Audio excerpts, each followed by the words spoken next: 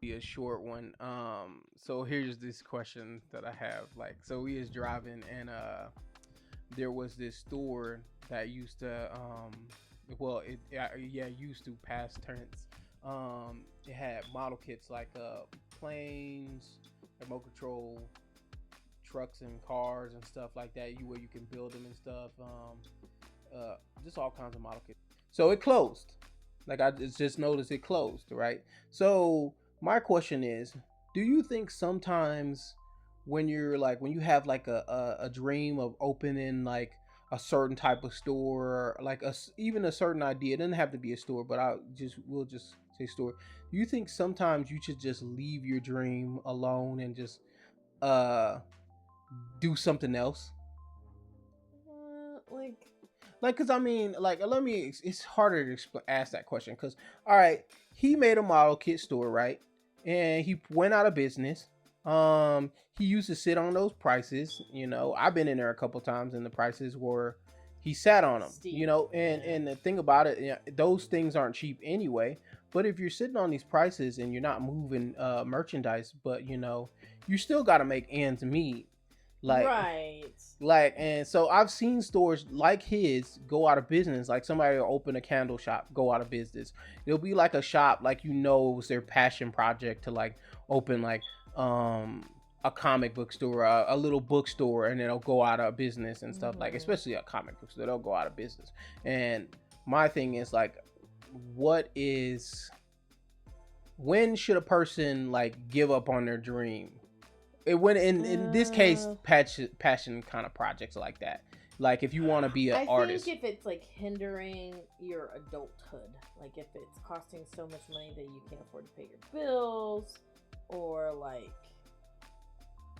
Yeah, because I mean I know a guy, he sells statues and action figures in Illinois. His store is always packed. He moves a lot of stuff, well, but and like if it's working for him, good for him. you know what worked for him was he doesn't just he sells a variety of things. Like his main thing is like collectibles and statues and stuff like that, but he has anime stuff in there, he has stuff from like different genres and stuff like that. I think it works for him because he's just not like it's just not a Marvel store. Right. Like if you had to rely on that customer base, you might be hurting in business now. And plus he goes down on the prices. He clearance his stuff out.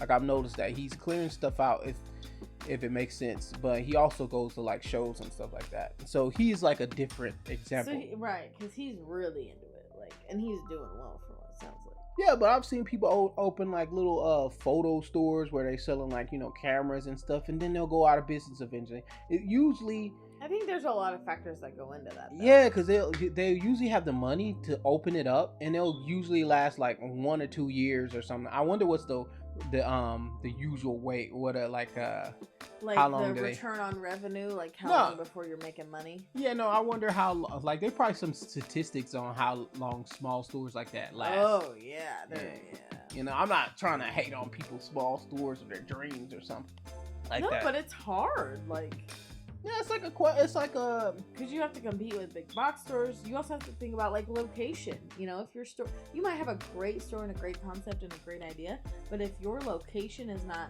either A, easily accessible, or B, highly trafficked, like you're not going to get as much business. yeah.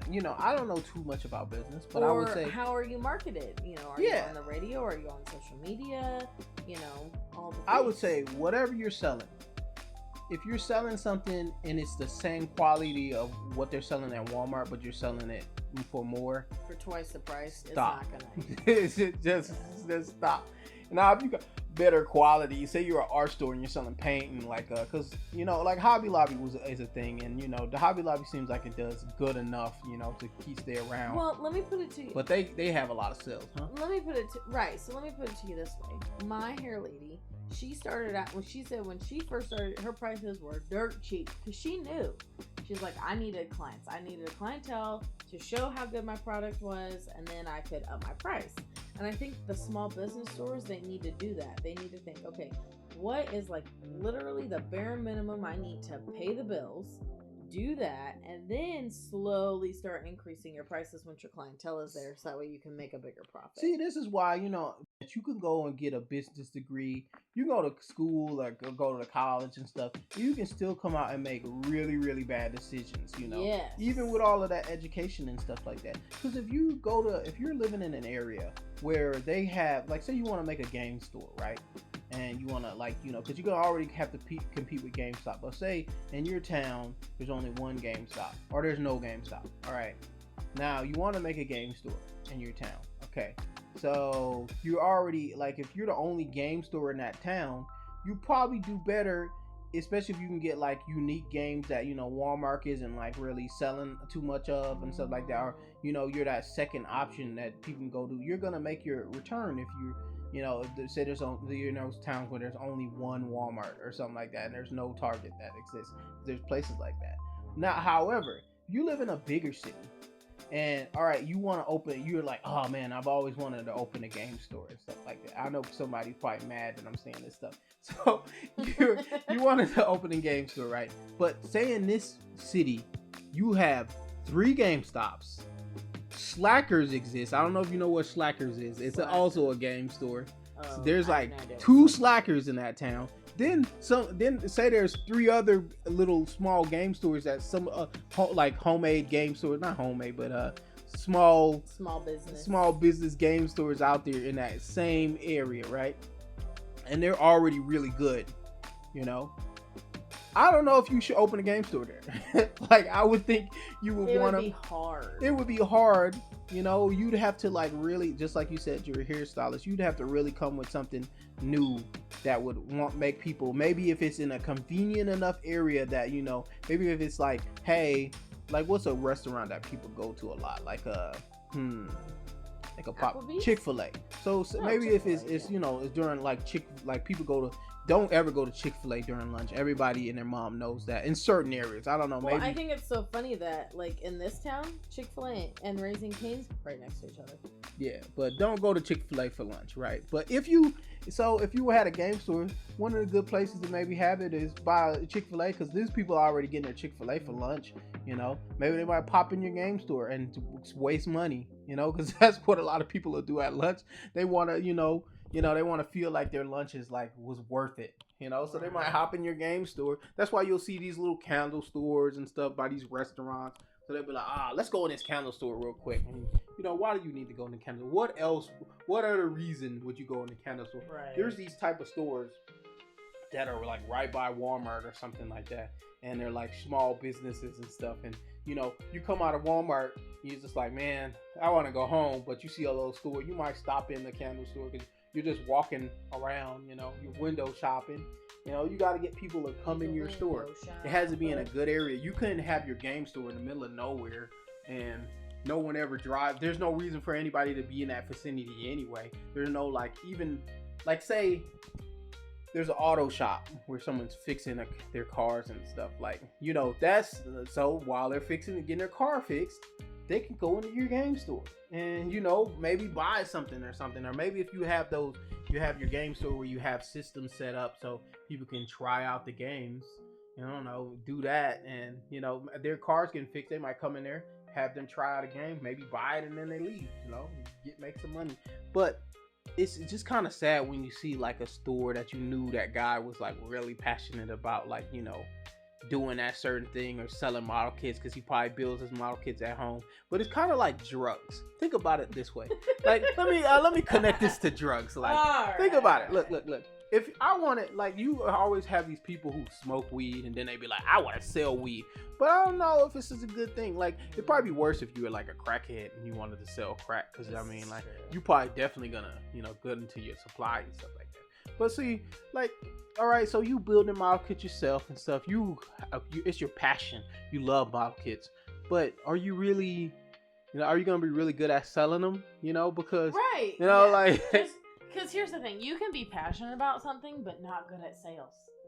Yeah. Like, okay, I've been Mary Kay for a little bit. And I love skincare and I love makeup and all that jazz. But selling it, that's a whole nother ballgame. Now, does it help to be passionate and especially educated, like fitting people with the right products, whether it's makeup, whether it's model kits, whether it's groceries, whatever. Yes, but at the end of the day, just because you love something doesn't mean you can sell it.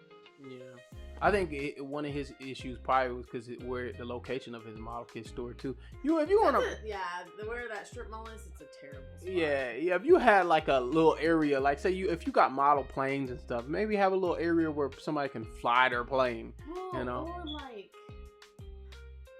I don't know. I think about like all these small businesses and stuff, and like I used to go to vendor events.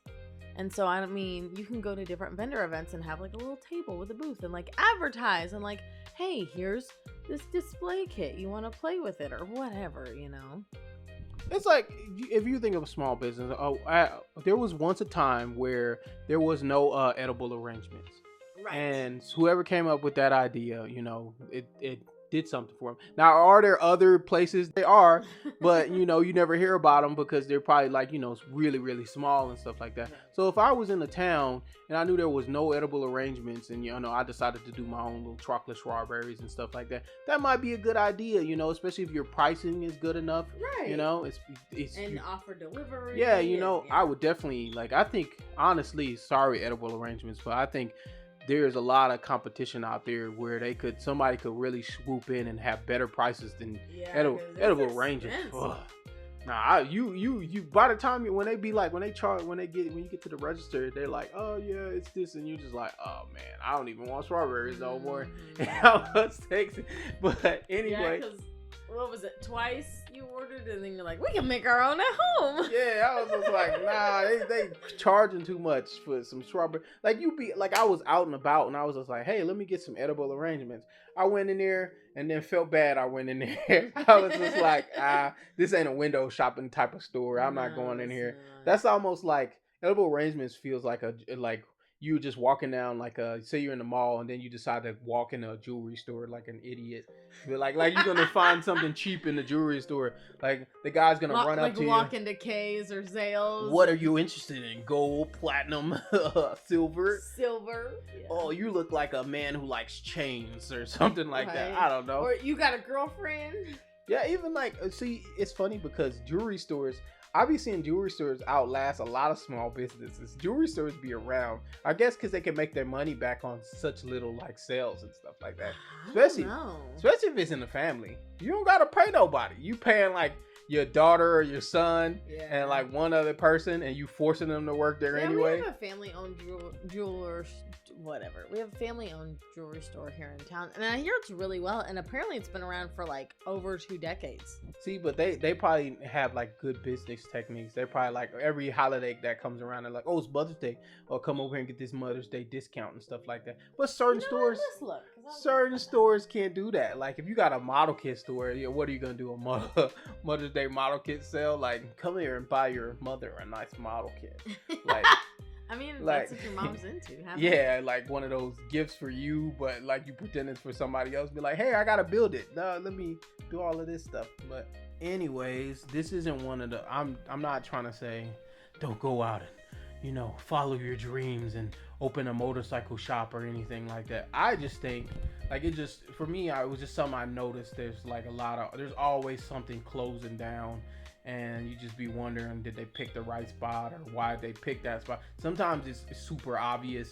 I've seen a lot of super obvious things. Or you walk in at one store, like it's a cool name, but then when you get in there, you're just like, why'd you guys open this here? Like, how many times have you seen a smoke shop open and close?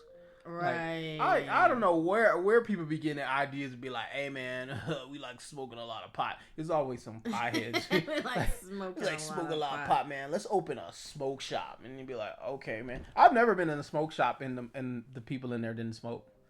Like that'd be kind of that'd be kind of weird. Like even if they don't, like I've never been in it's weird because I've never been in a smoke shop where they just smoked tobacco. Like everybody in the smoke shop is always like on edge or a little sketchy and stuff. You're like, why you work at this smoke shop, sir? Like, what are you in here trying to get you a new bong or something? Like, I think. So here's another question. Hold on. We're gonna end this right here.